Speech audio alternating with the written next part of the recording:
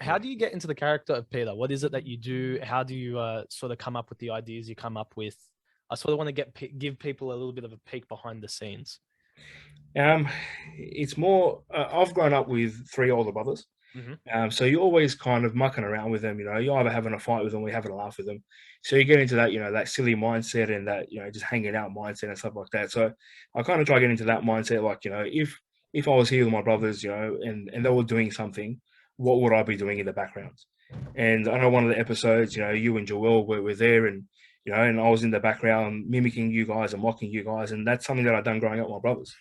I think we all done that, with someone, with our brother, sister, whatever it is. He's kind of like, they're in the back, you repeat what they say, and then, try and make them say something they don't agree, and then you just start having a laugh after that. So I think it's kind of, just kind of going back and thinking of times like that where I can, capitalize on it. As well, reading like the Peter gag whenever you write the script there, and just be like, what, okay, no, I can do something with this, or what happens in this scene, I can do something with that, and I've seen this work before, this didn't work, so I should do this. And as well, I know one of the episodes where I was going away, I was going to fly somewhere, and Yeah. I remember a Mr. Bean episode where he had a small suitcase and he had massive clothing, and he just cut them to make him fit in the suitcase. So instead of buying shorts, he cut his pants into shorts, and instead of having a shirt, he cut the sleeves off and made it singlet. So kind of just thinking back, stuff like that that can that can work in this. And just kind of just putting yourself in that mindset and like, okay, let's read this, let's see what we can do, what works, what doesn't work. I think that's just how my brain works. Because that's the fun part about your character and what you do is that it's a lot of improv.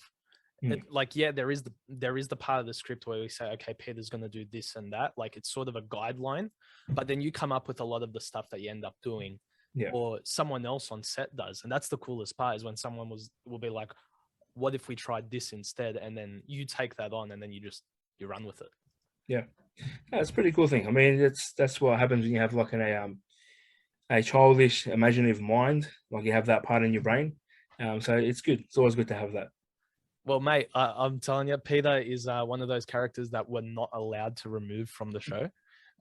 We tried one episode once, ladies and gents, where we got Pete to be running late to the episode. And so you weren't in the episode for about 15 minutes or so. Yep. And kids lost their minds. We were getting text messages, phone calls, parents like, where's Peter? Is he coming on? My kid doesn't want to watch it anymore. Yeah. So you actually have all the power, mate. No, mate. If you wanted to cancel KBB tomorrow, you're more than welcome to do so, because there's nothing I can do about it. No, it's always good to have that. I remember like that episode. I saw my nieces and nephews that afternoon after the episode aired, and they came up to me and they go, "Why were you late for?" And we didn't want to watch anymore. My brother literally, he messaged me afterwards once the episode finished. He goes, you know, my son didn't want to watch it anymore because you weren't on it. He goes, he wanted to change the channel. He wanted to watch something else.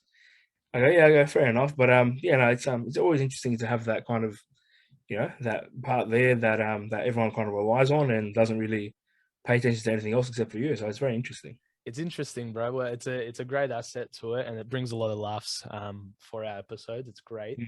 Have you found that it's made you more, I guess, creative in other parts of your life? It definitely has. Thinking outside the box now, as well. Just for example, if I had read a script that you gave me the first couple of weeks of this, I would have been like, oh, I'm not going to really do this, and I could do that, but probably shouldn't, or I might not even have thought about it.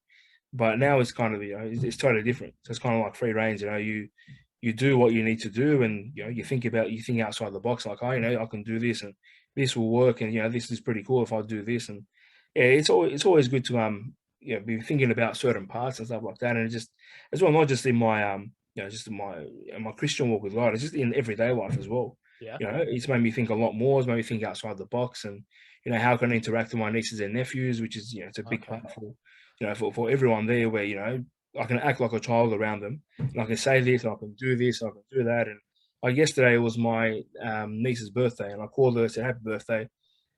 She goes, I go to her, how old are you? She goes, oh, I'm 4 now. Sorry. She goes, I'm 6 now. I go, oh, yeah, really? I'm 5. She goes, no, you're not. I go, yeah, I am. I go, I'm 5. I go, I turned 5 last month.